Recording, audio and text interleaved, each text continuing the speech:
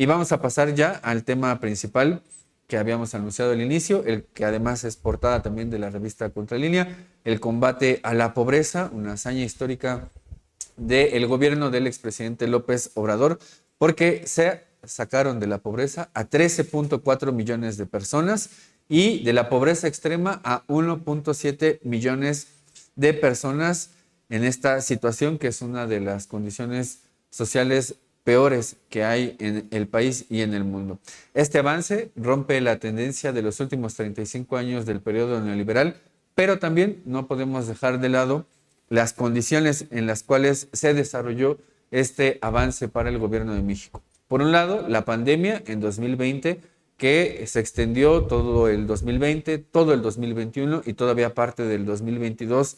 Teníamos condiciones adversas con el tema de la pandemia. 2022, además, conflictos geopolíticos en los cuales la guerra situada en Ucrania, una guerra entre potencias, particularmente en este caso Estados Unidos por un lado y toda la OTAN, y por el otro Rusia y también una serie de aliados en donde también en cierta medida estaba China. Además de esos conflictos geopolíticos, además de la pandemia, la situación interna del país también, porque no podemos dejar de lado lo que hizo por un lado Banxico, el Banco de México, y lo vamos a revisar más adelante con distintos videos, en donde su titular en aquel entonces,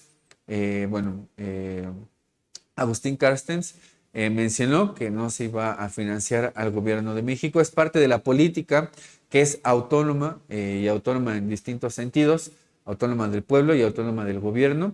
Es parte también de ese resabio que todavía se mantiene de las características que tiene el neoliberalismo a nivel internacional y particularmente a nivel nacional, pero también del sabotaje que hizo la derecha sistemáticamente, no solamente la derecha partidaria del Partido Acción Nacional, del Partido de la Revolución Democrática cuando existía, hay que recordar que dejó de existir, y también de distintas organizaciones no gubernamentales afines a la derecha, afín a la oposición en el país.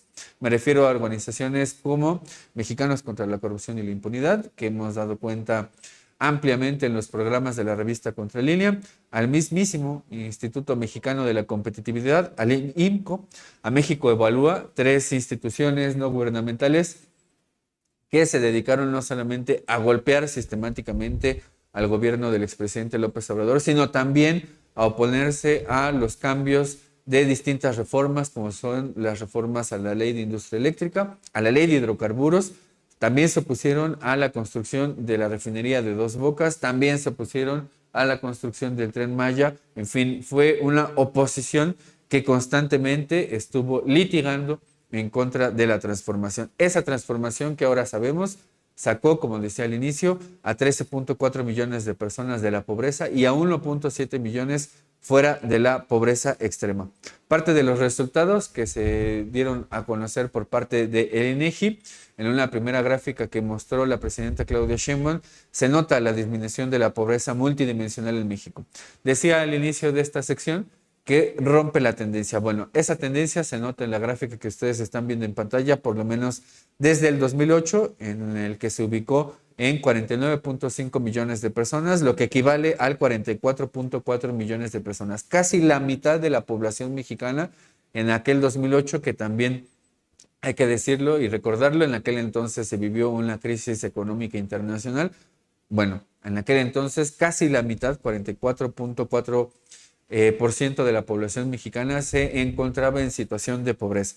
De ahí en los siguientes años y en los siguientes sexenios, que sería el de Enrique Peña Nieto, cuando termina el sexenio de Felipe Calderón, la pobreza aumenta hacia el 55.3% de la población, que implica 55.3 millones de personas, que implica 46.2% de la población. De la pobreza extrema multidimensional, que es la siguiente gráfica que mostró la presidenta Claudia Sheinbaum la semana pasada, tenemos que esa tendencia es variada a la de la pobreza multidimensional. En el 2008 eran 12.3 millones de personas, incrementa hacia 13 millones de personas en 2010, disminuye en 2012 hacia 11.5, vuelve a disminuir hacia 11.4 y ya en 2016 disminuye a 8.7 millones de personas. También hay que recordar el cambio en la metodología que sucedió antes del 2016 y que después del 2016 se tiene otra metodología que hizo el Coneval y que también hizo el INEGI, y por eso distintos expertos y expertas en la materia mencionaban que ese cambio en la metodología rompía también la tendencia que se tenía de la información y por eso también la disminución de los pobres. Bueno, con esas cifras, hacia 2018, que estoy diciendo 8.7 millones de personas en situación de pobreza extrema, y en el caso de la pobreza multidimensional para 2018 eran 51.9 millones de personas, pues así recibió el sexenio el expresidente Andrés Manuel López Obrador. Además también de una crisis orgánica del Estado, y me refiero a crisis orgánica en amplio sentido. Una crisis de legitimidad del gobierno de Enrique Peña Nieto a partir de la desaparición de los estudiantes de Ayotzinapa en 2014, pero también del cuestionamiento de la forma en la que fue elegido a partir de ese fraude electoral del 2012, que además también venía de otro fraude electoral en el 2006. Esa consecuencia de fraudes, esa consecuencia de falta de democracia en nuestro país, se suma además de todos los hechos y atrocidades en los dos sexenios, tanto de Felipe Calderón como el de Enrique Peña Nieto. Además, las profundas contrarreformas que se fueron haciendo en el sexenio de Felipe Calderón, pero posteriormente las reformas que se hicieron en el sexenio de Enrique Peña Nieto, con la cual además se corona esa contrarreforma energética que despojó del pueblo de México a dos grandes instituciones, dos grandes empresas, Petróleos Mexicanos por un lado y la Comisión Federal de Electricidad. Es importante además recordar que en todo ese periodo neoliberal, esos 35 años del periodo neoliberal, el pueblo de México no dejó de luchar, no dejó de pelear, no dejó de oponer resistencia a esa transformación profunda del gobierno, esa transformación profunda social, económica, política y cultural. De esos 35 años, todo ese tiempo estuvo protestando el pueblo de México, estuvo también en las calles presentando distintas propuestas, presentando otro plan de acción distinto al que estaban en ese entonces imponiendo desde el Estado. ¿Qué es lo que implica esta recuperación del Estado en lo social, que se expresa ahora en la pobreza extrema y en la pobreza multidimensional, en este sentido en el que están bajando estos dos indicadores? Bueno, implica la recuperación del Estado en lo social. Eso se perdió en el periodo neoliberal. ¿Qué quiere decir? Que se fueron privatizando distintas áreas del gobierno, distintas áreas del Estado, como fue hace un momento mencionaba, el mismo Petróleos Mexicanos, la misma Comisión Federal de Electricidad, pero también fue el sector de la salud, pero también fue el sector de la educación, en fin, las distintas áreas de la vida pública nacional que son estratégicas, como son la energética, como son el del sector salud, como son el de la educación, se fueron privatizando ampliamente en todo ese periodo que fue desde la década de los 80 hasta por lo menos el 2018. Después de todo ese periodo en donde se fue privatizando, ahora el gobierno del expresidente Andrés Manuel López Obrador, el proyecto de nación, el proyecto de gobierno y el proyecto de Estado fue modificar esa idea de país, esa idea de nación, recuperar el Estado en lo social, volver a una lógica en la cual los programas sociales estarían enfocados hacia la población más vulnerable, volver a esa recuperación del salario mínimo, porque como decía al inicio de esta sección, no fue solamente una estrategia la que estuvo enfocada en atender la situación de pobreza y la pobreza extrema. Fue toda una amplia recuperación de distintos programas sociales, del salario, de la recuperación del Estado, de una visión y de una ideología que estaba detrás de la política pública que se tuvo en ese sexenio. Decía también sobre esa parte de romper la tendencia. Y en una gráfica que tenemos sobre la pobreza al final de cada sexenio, se puede ver cómo esa tendencia fue aumentando y la pueden ver de abajo hacia arriba, en donde está el sexenio de Carlos Salinas de Gortari, desde finales de la década de los 80, que además también llega con otro fraude electoral, eso tampoco hay que olvidarlo. Después, el sexenio de Ernesto Zedillo Ponce de León, en donde se pasa de tener 27 millones de pobres en el sexenio de Carlos Salinas de Gortari a 40 millones en el sexenio de Ernesto Zedillo, y después vuelve a incrementar hacia el final del sexenio de Vicente Fox hacia 53.6. Después, con el sexenio de Felipe Calderón, vuelve a aumentar hacia 61.4 millones de personas en México en esa situación. Al cambio de la metodología, como decía al inicio de este programa, de esta sección, con Enrique Peña Nieto se vuelve a disminuir hacia 52.4 y la mayor disminución en los últimos por lo menos 6 sexenios es con el sexenio de Andrés Manuel López Obrador. De ese tamaño es el esfuerzo que se estuvo haciendo esos 6 años para disminuir la pobreza y la pobreza extrema. Uno de los aspectos que estuvo detrás de todo esto, porque no solamente fue el único, pero sí es uno de los sustanciales, es el salario mínimo. En la siguiente gráfica que van a ver ustedes en su pantalla, se nota cómo en los distintos sexenios, desde la década de los 80, cuando empieza el sexenio de Carlos Salinas de Gortari, se fue aplanando la curva del salario mínimo. Esta gráfica que ustedes están viendo la presentó en la última conferencia de prensa el expresidente Andrés Manuel López Obrador y se nota cómo desde finales de la década de los 80 hasta por lo menos el 2016, ese salario mínimo no creció, al contrario disminuyó. Y acá, después del inicio del sexenio del expresidente Andrés Manuel López Obrador, pasó de 135.4 pesos el salario mínimo a 248.9. Un incremento que no se había tenido, desde luego, en estos últimos, por lo menos, 6 sexenios en la historia contemporánea del país. ¿Qué es lo que se decía en todo esto? Que si se aumentaba el salario mínimo, iba a aumentar la inflación en el país. Primer mito desmontado del neoliberalismo.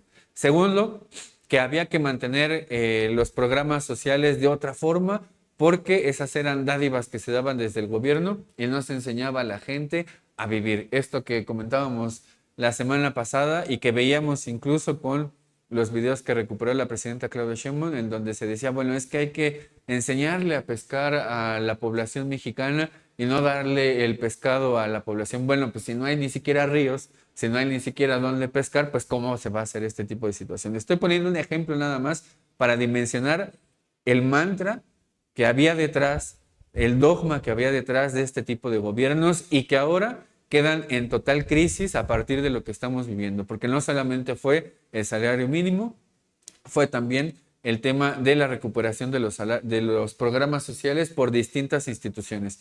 ¿Y esto qué implica, visto en conjunto? La recuperación del Estado desde un momento, pero la recuperación del Estado implica también la recuperación de un espacio en donde además se expresan las distintas contradicciones de clase. El Estado es eso, es ese espacio en el cual confluyen distintos intereses de fracciones de clase en donde se van a dirimir y donde se van a expresar las contradicciones.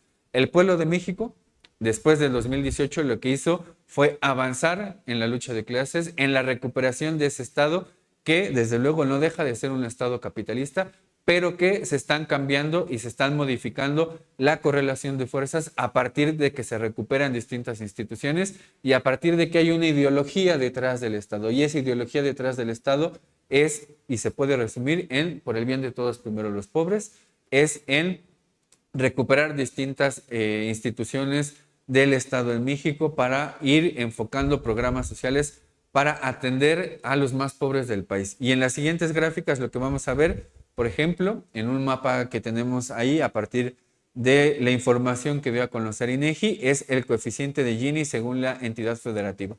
Este primero que están viendo es del 2018, no, este es el del 2024, pero vamos a poner el del 2018. Y lo que interesa acá es ver cómo estaba la desigualdad expresada geográficamente.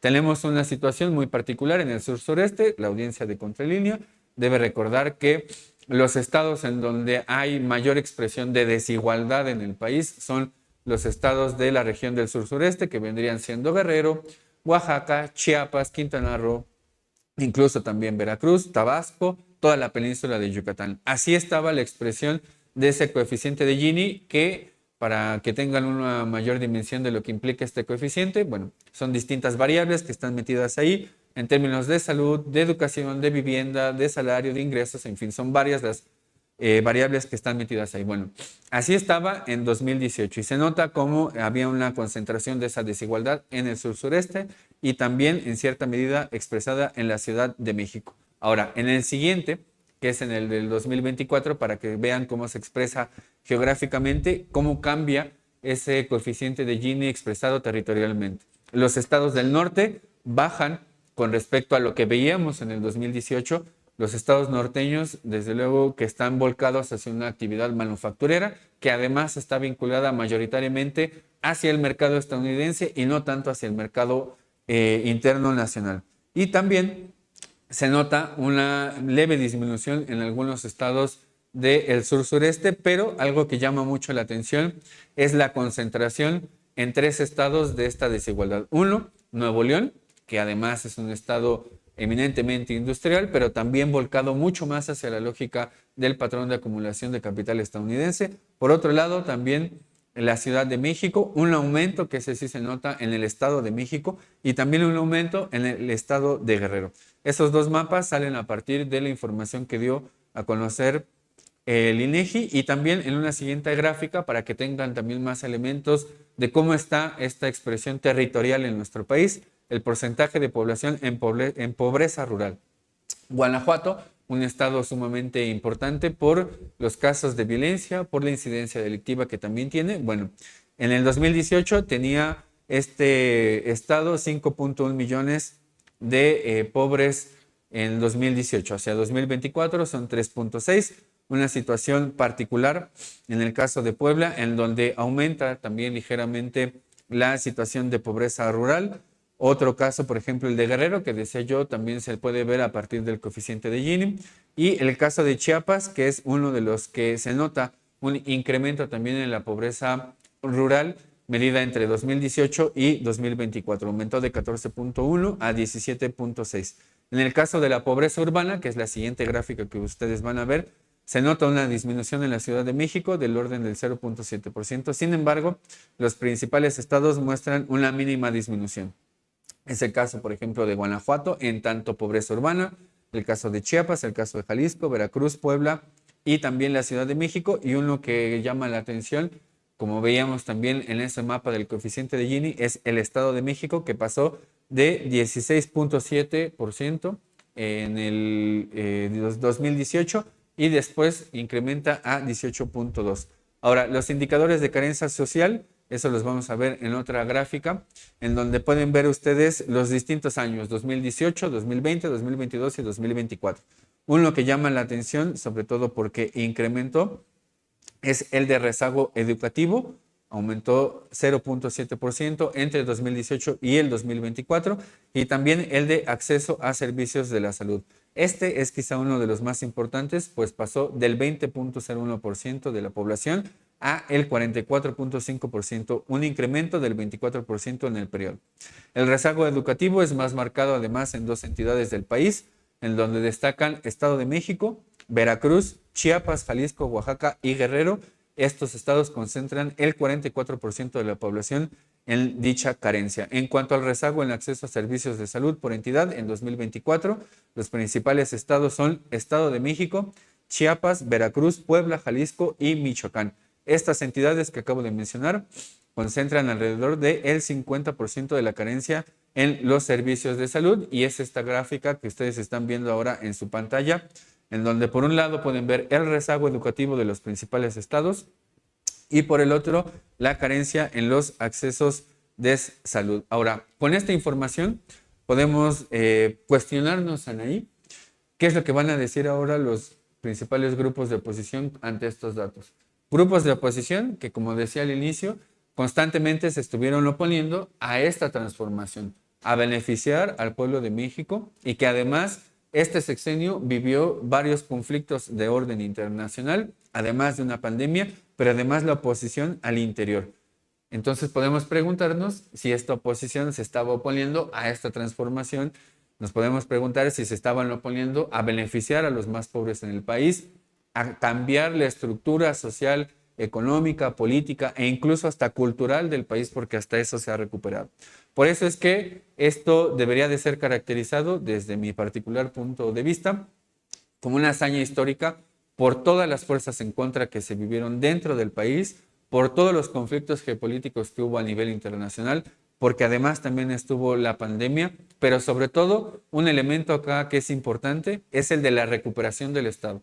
No se puede perder de vista que uno de los aspectos de la lucha de clase es precisamente este. Y además se nota sobre todo con la recuperación de distintas instituciones, con la recuperación de empresas como son Petróleos Mexicanos y la CFE, con la recuperación además de los minerales que ahora son considerados estratégicos y que nos van a poder permitir en un futuro poder decidir soberanamente, pero sobre todo con mayor democracia, qué es lo que se tiene que hacer con estos minerales. Entonces, para ir cerrando esta primera parte, Anaí, estamos frente a un proceso de amplia transformación que se nota en estos indicadores que acabamos de decir y que desde luego hace falta mucho por hacer, eso no lo vamos a negar. Hay también este tipo de indicadores sirven para focalizar mucho más la política pública y eso ya se está haciendo en el caso de este segundo piso de la Cuarta Transformación, en el ámbito de la atención a las mujeres, en el ámbito de la atención a los indígenas, en el ámbito de la atención a los grupos afromexicanos, porque es ahí donde se necesita y estos datos pueden permitir enfocar mucho más la política pública ahí donde se necesita, a ese tipo de sectores vulnerables y en los estados en donde ya se tiene conocimiento que todavía existen estas expresiones de rezago. Entonces, para ir concluyendo esta parte, falta mucho por avanzar, se ha avanzado lo suficiente en 6 años y se rompe esa tendencia que se tenía en los últimos, por lo menos, 6 sexenios, si se considera incluso el del expresidente Andrés Manuel López Obrador. Claro, Aníbal, coincido contigo en esta parte de que es histórico, sobre todo porque hay que tener clara una cosa, se logró en un sexenio, en 6 años, después de 36 años de neoliberalismo, en 6 años el expresidente López Obrador, con todos los retos que tuvo que sortear, a él le tocó todavía una parte del fenómeno Donald Trump, le tocó también esta parte de la pandemia, esta parte de la guerra Rusia-Ucrania. Habría que preguntarnos qué hubiese pasado, ¿no? Sin duda alguna, si no hubiera existido esta pandemia, quizá los avances serían mucho más grandes, pero por eso es que es la magnitud de decir histórico, porque ha sido una transformación verdadera y ha sido un cambio drástico a lo que veníamos acostumbrados. Justamente en esta gráfica que presentabas de cómo disminuyó la pobreza en los diferentes sexenios, me parece pertinente que si vemos, teníamos un sexenio de Ernesto Zedillo, y lo voy a destacar, porque pues un sexenio donde, hay que decirlo, su racismo, su clasismo, todo esto que identifica a la oposición, que identifica a la derecha, se hizo evidente, ¿no? Tuvimos matanzas.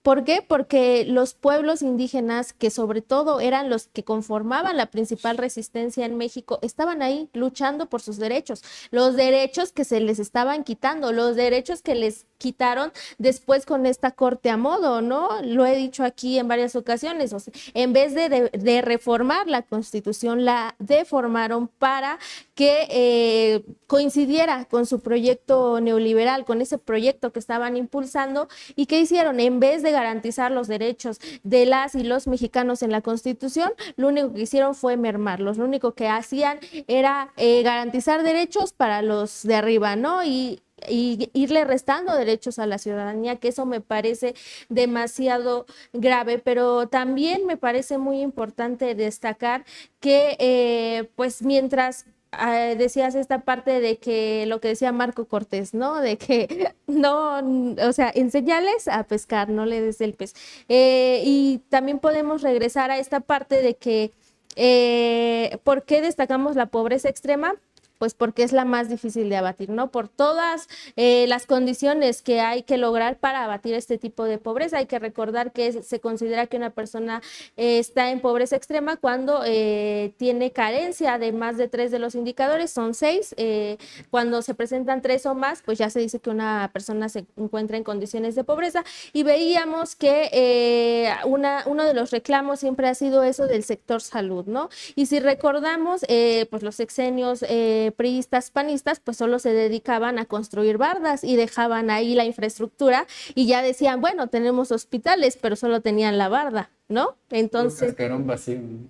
Exactamente. O la estela de luz, que fue una de corrupción, por ejemplo. la suavicrema, como se le conoce, porque fue una burla. O sea, ¿cuánto dinero se destinó a este tipo de obras que se supone eran emblema de esos sexenios y que hoy siguen siendo la burla?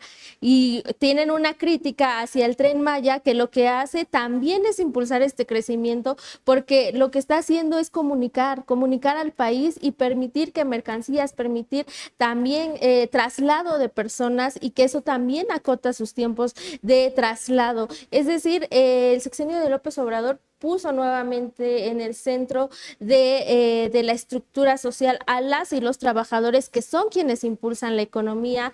Se peleó contra el gran capital, ¿no? Y puso en el centro a quienes impulsan a la economía, que son las y los trabajadores, los empoderó, y me parece muy importante destacar eso, porque el aumento al salario mínimo fue justamente eso, un empoderamiento de las y los trabajadores. Y nos ponemos a ver cuánto subió el salario mínimo en los diferentes sexenios, pues nos damos cuenta que en realidad era una burla lo que subía, no subía más de 10 pesos, y con López Obrador llegó a subir más de 100 pesos, que eso me parece que ha sido uno de los grandes aciertos, más los programas sociales, como ya lo decías, más todas las obras de infraestructura, porque a veces se dejan de lado, pero estos también han sido muy relevantes para que la economía vuelva a fortalecerse. Es decir, un plan totalmente integral que hoy vemos se está fortaleciendo también con la presidenta Claudia Sheinbaum.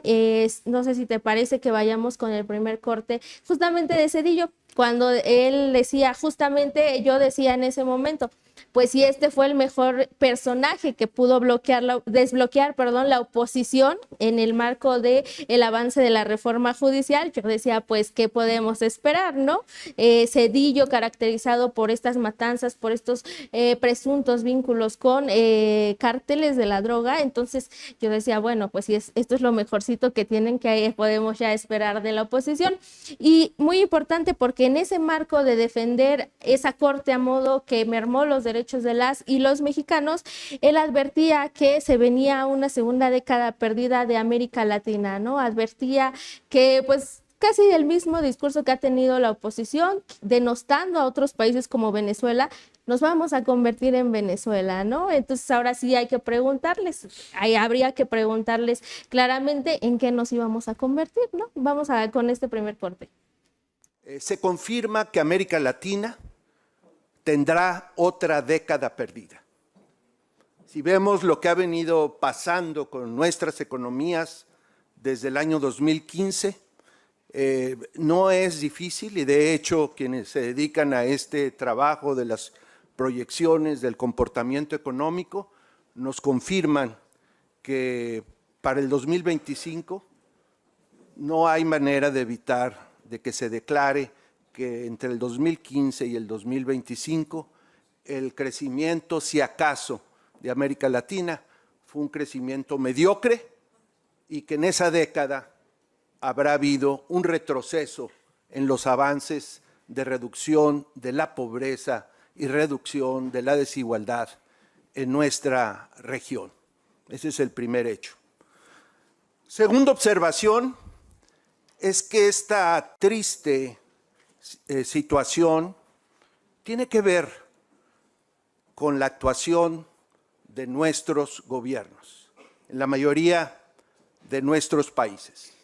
Ciertamente ha habido eventos externos, choques externos de la naturaleza y de otra naturaleza que nos han afectado, pero con un análisis cuidadoso podemos decir que en mucho ha sido el accionar, el diseño, la aplicación de las políticas públicas las que nos han puesto en esta situación.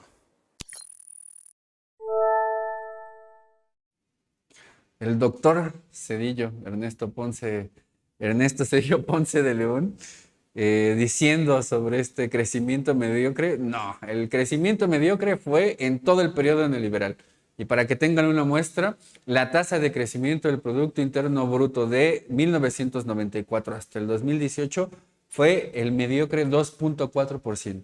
En ese periodo en el que los gobiernos neoliberales decidían ver qué es lo que sucedía en Estados Unidos, por ejemplo, para saber cómo medir la tasa que impone Banxico, el Banco de México, esa tasa de interés que además, según se mueva, encarece el crédito y encarece también, tiene distintas expresiones en la economía nacional porque encarece el acceso al crédito también y eso, bueno, tiene repercusiones a nivel de la economía. Por otro lado, también fue este doctor, Ernesto Zedillo Ponce de León, el que además tuvo sus doctorados en Estados Unidos, en las distintas escuelas en donde los adoctrinan ideológicamente para imponer este tipo de modelos económicos que lo que hacen es aumentar la pobreza. Y eso se lo dijo también, incluso en su momento, una persona como Diego Fernández de Ceballos, en donde le recordó que él era el de la cantidad de pobres que se iban sumando continuamente en su sexenio. Vamos a ver qué es lo que le dijo en aquel momento a Ernesto Zedillo Ponce de León. Doctor Zedillo, yo quisiera decirle algo que tal vez muchos millones de mexicanos quisieran decirle. De acuerdo con la información que se nos ha dado en los últimos tiempos, sabemos que usted ha sido un buen chico con altas calificaciones. Para nosotros su Plan Nacional de Desarrollo tiene 40 millones de pobreza. 40 millones de pobres es el saldo de su Plan Nacional de Desarrollo. Y aquí cabría agregar también que mediocre fue su sexenio cuando ocurrió justamente el Fobaproa por esta crisis económica del 94, donde se dedicaron a rescatar a la banca privada, mientras una vez más, pues la población asumía esos costos de ese rescate a la banca privada. Entonces, podemos hablar de que quienes seguramente en la audiencia recordarán esos años, pues seguramente no tendrán la mejor experiencia y no quieren ni voltear a ver a Ernesto Zedillo, y con justa razón, porque estamos hablando de alguien que todavía salió a hablar, ¿no? Salió a querer denostar una reforma cuando, como bien lo dices, pues él tiene un proyecto ya pues muy idealizado y ya también que conforma parte de su ideología, pero a la que también se sumaron algunos medios de comunicación. Y que también además muestra la crisis profunda en la que está, porque eso es lo que tenemos que mirar también y analizar. El modelo neoliberal está en profunda crisis ideológica, política, moral, así como también las distintas expresiones de la oposición, que son estas, las del PRI, las del PAN, las del Movimiento Ciudadano, las del extinto PRD, que por eso se extinguió, por seguir este tipo de modelo, ¿no? Claro, y en su desesperación, pues buscan ya cualquier argumento para tratar de refutar lo que los datos nos dicen, ¿no? Ahora salen con este argumento porque es lo que ya he visto, ¿no? Que están sacando, que es que estos datos son falsos. O sea, primero que porque no hay datos, ahora que hay datos, pues ya son falsos. Entonces, ¿qué esperamos? A que ellos hagan la medición y que ellos nos digan que el país está cayendo a pedazos, cuando ahora sí tenemos hospitales, cuando ahora sí vemos que el presupuesto se está destinando a los sectores a los que tienen que estar destinados, cuando la gente lo está viviendo, cuando recibe estas transferencias monetarias, estos programas, estos apoyos de los que Marco Cortés dijo nos equivocamos. Así es. Y bueno, también no solamente fue Ernesto Zedillo, no solamente fue Carlos Salinas de Gortari, fue también el mismísimo Felipe Calderón, incluso también Vicente Fox, pero vamos a ver ahora un pequeño fragmento de ese gobierno atroz, de ese gobierno espurio de Felipe Calderón, donde mencionaba él que se iba a combatir la pobreza. Lo que propongo es concentrar la fuerza y los recursos del Estado mexicano en un esfuerzo de todos por frenar el crecimiento de la pobreza, por mitigar los impactos negativos que la crisis alimentaria y económica mundial han dejado en nuestra población de menores ingresos. Por eso propondré al Congreso de la Unión, aún en medio de la adversidad económica, un programa que no solo no reduzca el gasto orientado a combatir la pobreza, sino que lo fortalezca, lo blinde para evitar cualquier abuso o desvío en cualquier orden de gobierno y lo dirija precisa y especialmente a aquellas familias que, de acuerdo con la definición de pobreza alimentaria, no les alcanza incluso para el sustento diario. Y eso se quedó pues justamente en una propuesta porque nunca lo vimos materializado, las y los mexicanos nunca vivimos este avance que prometió en ese entonces Felipe Calderón.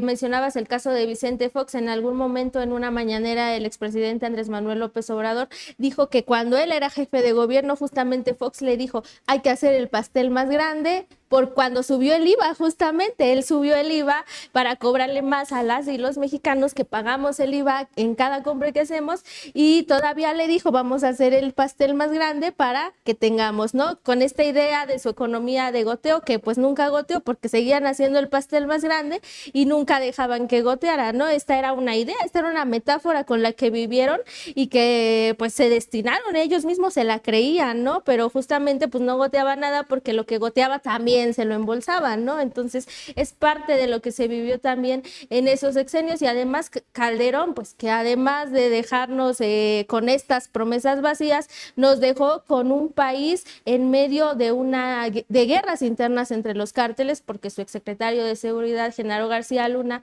hoy preso en Estados Unidos, se dedicaba a pactar con el cártel de Sinaloa y se dedicaba justamente a pues casi a vender la vida de las y los mexicanos, porque en ese entonces pues decían que estos eran daños colaterales y que se tenían que seguir con esa estrategia sin importarles la cantidad de personas que murieron en esta mal llamada guerra contra el narco. Y ahí también se desmonta otro mito otros dos mitos del neoliberalismo. Uno, que si le dábamos los recursos a los empresarios, esos recursos iban a bajar y entonces todos íbamos a tener recursos porque se tenía que rescatar a los más grandes. Eso lo hicieron incluso cuando fue la pandemia del H1N1 con Felipe Calderón y nadie vio ninguno de esos tipos de recursos. Fue lo mismo o algo similar a lo que sucedió en el Fobaproa, que es socializar las pérdidas o socializar la deuda y privatizar las ganancias. Eso fue lo que vivimos sistemáticamente con distintos casos desde Carlos Salinas de Gortari, incluso un poco antes, pero particularmente a partir de ahí, en el que este tipo de política se fue haciendo de esa forma. Y ahora los empresarios vienen a quejarse y a decir que ellos son los que generan valor, cuando en la teoría económica y sobre todo la teoría no ortodoxa, sino aquella teoría heterodoxa, lo que nos dice es que el trabajo es el que genera el valor. No al revés, no es el capital, sino es el trabajo el que genera valor. Todos nosotros, trabajadores y trabajadoras, a partir de nuestra fuerza de trabajo, cuando nos ponemos con los distintos medios de producción a transformar la materia prima, nosotros somos los que le estamos agregando valor a partir del trabajo que nosotros estamos realizando, con las máquinas también, pero bueno, las máquinas no generan por sí solas, incluso eso abre otra discusión, no nos vamos a meter ahora porque no es el tema, pero se desmonta ese primer mito. Y el segundo mito del neoliberalismo era el otro, que tiene que ver con la cuestión de la deuda, porque constantemente decían, no hay recursos, hay que aumentar los impuestos, no hay forma, no se puede dar más programas sociales porque eso implica endeudarnos más. Bueno, ahora con este balance y con estos datos del sexenio del expresidente Andrés Manuel López Obrador, podemos ver que se puede dar mayor tipo de programas sociales a la población sin necesariamente aumentar la deuda y cobrando más impuestos con la misma ley que se tenía del periodo neoliberal. Hay muchas críticas en torno a que hace falta una nueva reforma fiscal. Muy seguramente eso vendrá en los años siguientes y eso será toda una discusión, pero con esa reforma que se hizo en el sexenio de Enrique Peña Nieto se pudo aumentar el ingreso que se tenía y sin aumentar la deuda, dar más programas sociales. ¿Para qué? Para redistribuir la riqueza, que eso es lo que se tenía que hacer en los sexenios anteriores y que por distintas situaciones, sobre todo por favorecer a ciertos empresarios, pues no se hizo. Entonces, por eso decía que con esto, con el dato, se mata el relato, porque tenemos esta característica de darles ahora sí con evidencia empírica a todos estos neoliberales, a sus intelectuales orgánicos, para decirles que estuvieron profundamente equivocados teórica y empíricamente y que se pueden hacer las cosas de otra manera. Por eso es que están en la lona, por eso es que no se pueden recuperar y por eso también decía la presidenta Claudia Sheinbaum, es que no entienden que el país ya cambió. Fernando Carmona, un economista mexicano que trabajó mucho tiempo sobre la economía mexicana, tiene un texto muy bueno que se llama La estructura social no es ya la misma. Hace un análisis de cómo fue la transformación de México desde la década de los 80 hacia la década de los 90, en donde pone de manifiesto las profundas transformaciones económicas, políticas y sociales que tuvo el país. Bueno, ahora, después de esos más de 35 años, sería un buen ejercicio hacer ese análisis de cómo ha cambiado ya la estructura social, la estructura económica y la estructura política, porque este país que tuvimos en la década de los 80 ya cambió.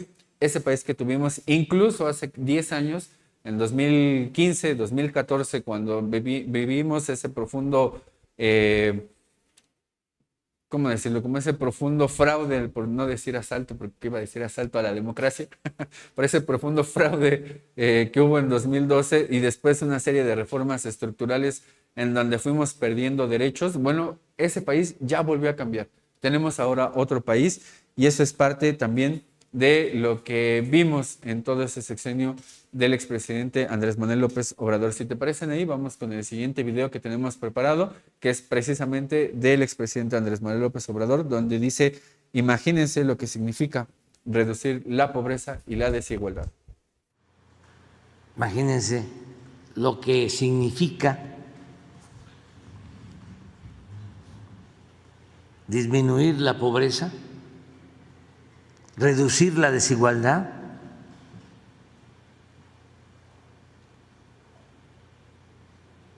Ya me puedo ir a Palenque. Ya.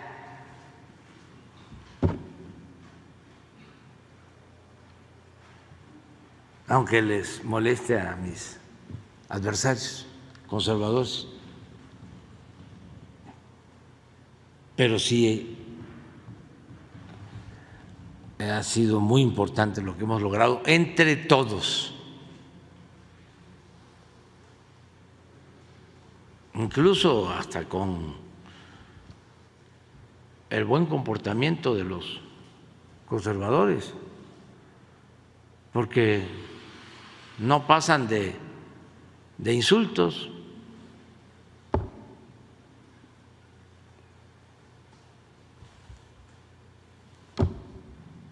De lo que dicen los conductores de radio y de televisión en contra de nosotros, o los columnistas, pero eso no afecta. Además, como hemos echado a andar desde hace tiempo lo que llamamos la revolución de las conciencias, y estamos informando, orientando, concientizando, hemos logrado contrarrestar toda la campaña de manipulación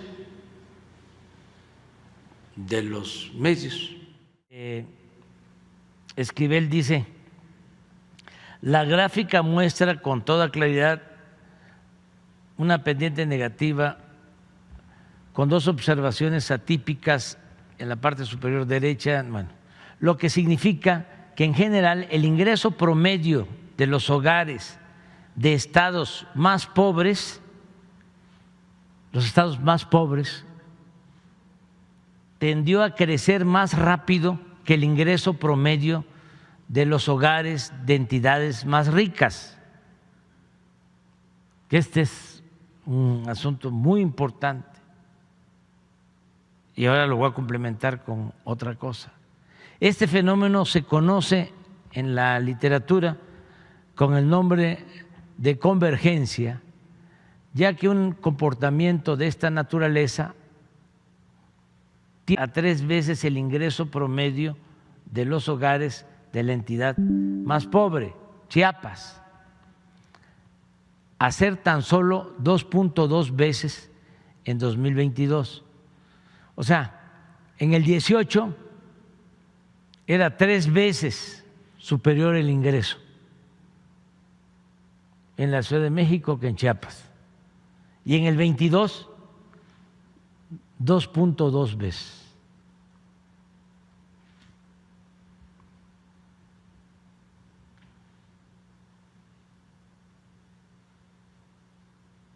Miren el ingreso en Chiapas del 18 al 22. El ingreso promedio trimestral en hogares de Chiapas pasó de 32.394 pesos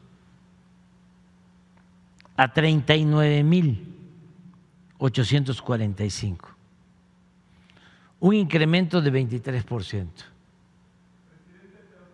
A ver, permíteme.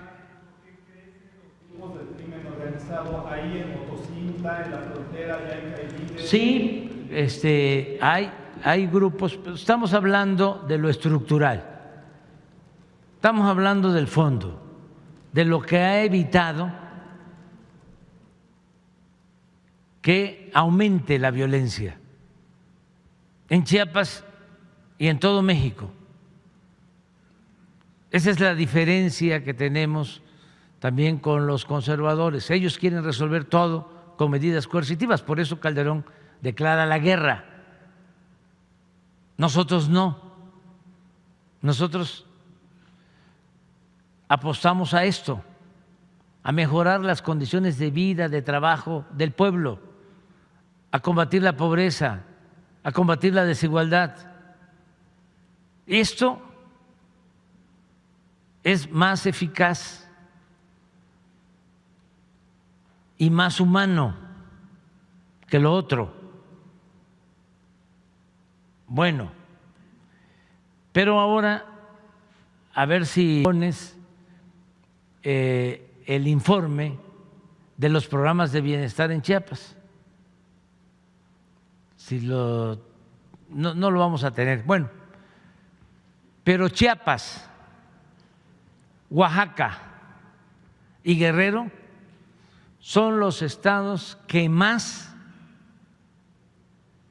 inversión reciben para programas de bienestar desde que llegamos al gobierno. Les puedo decir que en Chiapas, en Oaxaca y en Guerrero casi, vamos a hablar de 90 a 100%, 90 a 100% de los hogares de esos tres estados reciben cuando menos un programa de bienestar. En el 90 y hasta el 100% de los hogares, cuando menos un programa de bienestar. Por eso son estos resultados. O sea, sí funciona el que por el bien de todos, primero los pobres. Ahí la frase emblema del sexenio pasado, y sobre todo él decía, imagínense lo que significa reducir la pobreza y la desigualdad. Pues parece que a la oposición nunca se lo imaginó, no se lo veía venir, apostaron a que esto iba a ser un fracaso. Escuchábamos al expresidente decir sí funciona y hoy las cifras nos lo confirman. Vamos a escuchar también lo que dijo la presidenta Claudia Sheinbaum sobre los resultados del sexenio pasado. 2 años. De 46.8 a 38.5 millones de personas. De 36.3 a 29.6 en 2 años. Ahora, ¿qué pasa con la pobreza extrema? 2008, pobreza extrema, 12.3 millones de mexicanos, 11%. Vámonos al 2024, 7 millones de personas, 5.3% de la población. Es decir, se redujo a la mitad del porcentaje, conociendo además pues que aumenta la población en México. esta reducción de la pobreza es una hazaña de la Cuarta Transformación. Demuestra que el modelo funciona.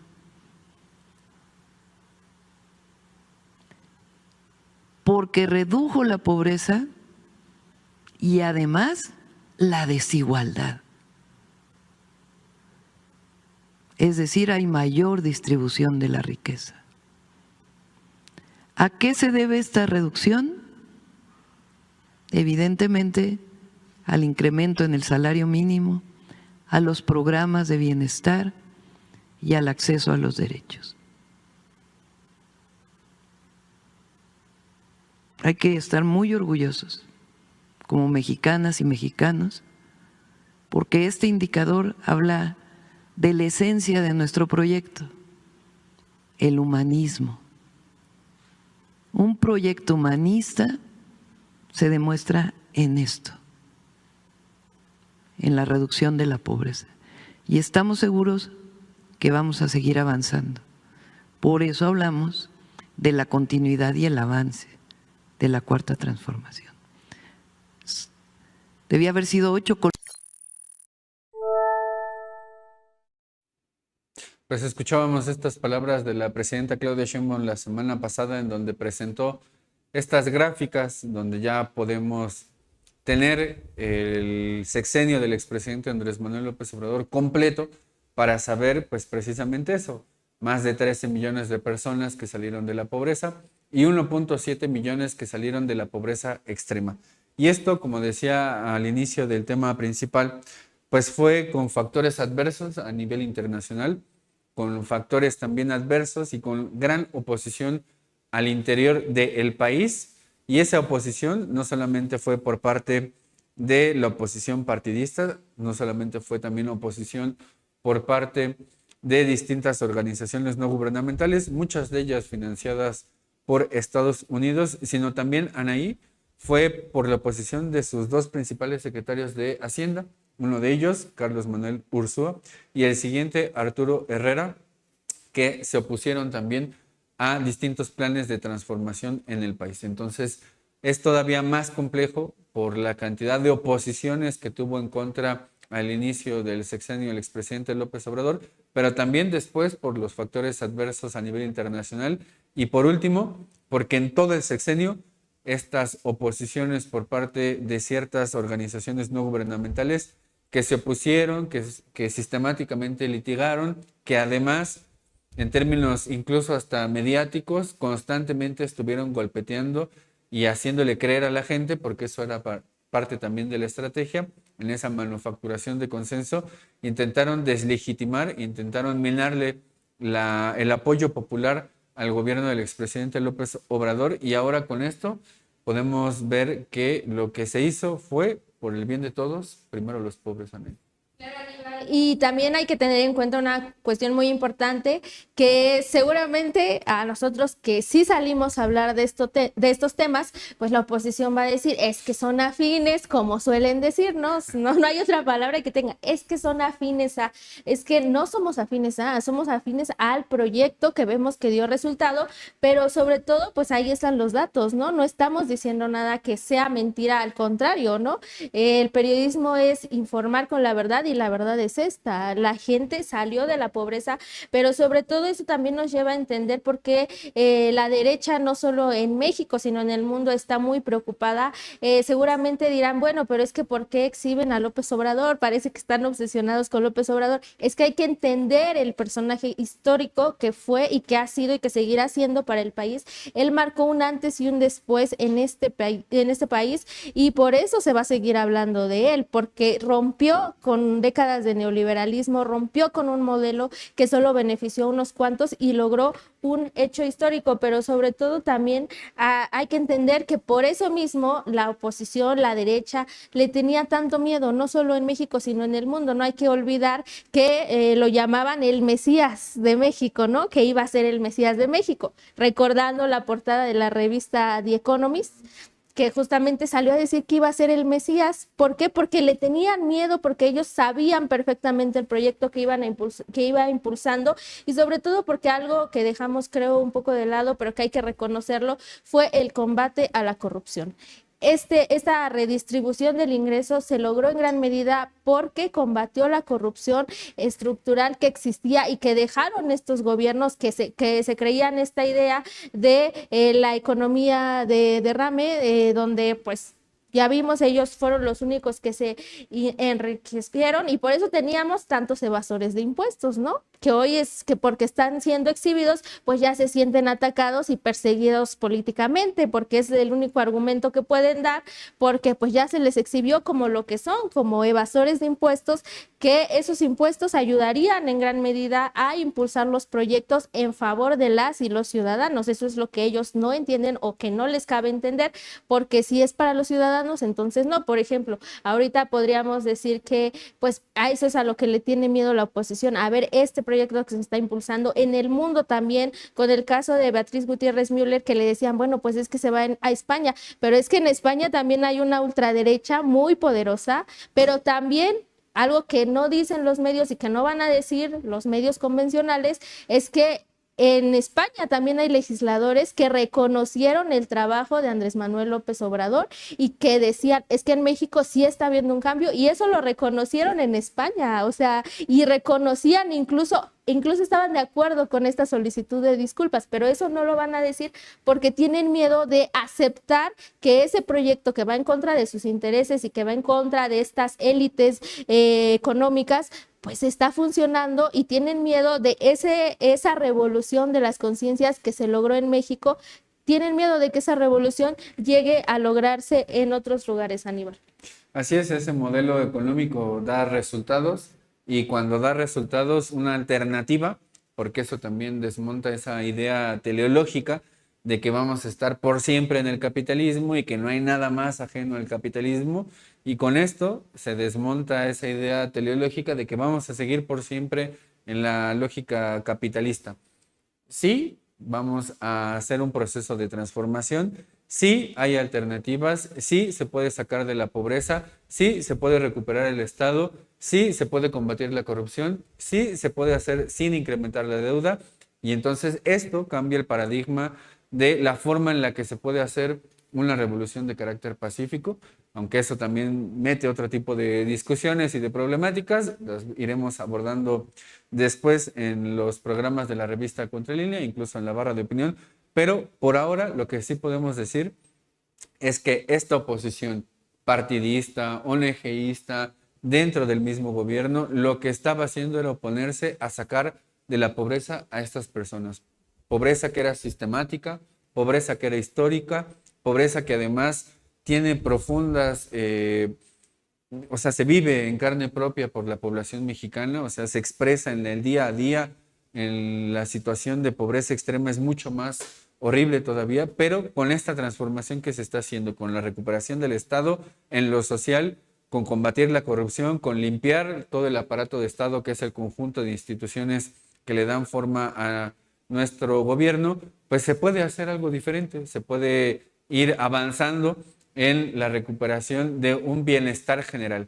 Eso es lo que debe de tener claro la audiencia de Contralínea, que cuando se hacen las cosas de manera diferente, van a haber oposiciones, pero también va a haber gente que va a estar a favor, y sobre todo va a haber gente que va a ver lo diferente, a pesar de que haya también contradicciones. Eso no se va a eliminar de una manera sencilla, pero lo que va a ver la gente es un gobierno distinto a lo que fueron esos 35 años. Y a partir de ahí decidir el futuro de manera soberana, de manera independiente, y no dejar de lado el tema de ampliar la democracia en el país, porque a tono con estas reformas económicas y sociales debe de haber mayor democracia, porque se tienen que ampliar los derechos, Anaí.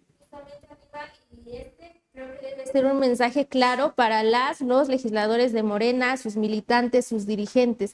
Este es el modelo que a la gente le funcionó, que la gente quiso y por lo que López Obrador se fue con una alta tasa de aprobación y por lo que Claudia Sheinbaum sigue con esa alta tasa de aprobación. Ese es el mensaje para ellos. Ellos sirven al pueblo, son funcionarios públicos, sirven al pueblo y ¿qué es lo que el pueblo quiere? Este modelo que funcionó, este modelo que les ayuda a mermar estas carencias, estas desigualdades y estar en un piso de igualdad, que ya no nos vean por debajo, ¿no? Porque esa era la idea que se tenía, los políticos te ven por debajo del hombro. Pues no, con López Obrador se acabó y por eso me parece muy pertinente también esta imagen que se escogió para la portada de la revista, porque ese es el piso de igualdad, o sea, un presidente que caminó literalmente al lado de la gente, que no veía esa distinción de acá los pobres, acá los ricos, sino que era todos somos iguales, y eso me parece muy importante y es el mensaje con el que se deben de quedar hoy en día quienes están en Morena.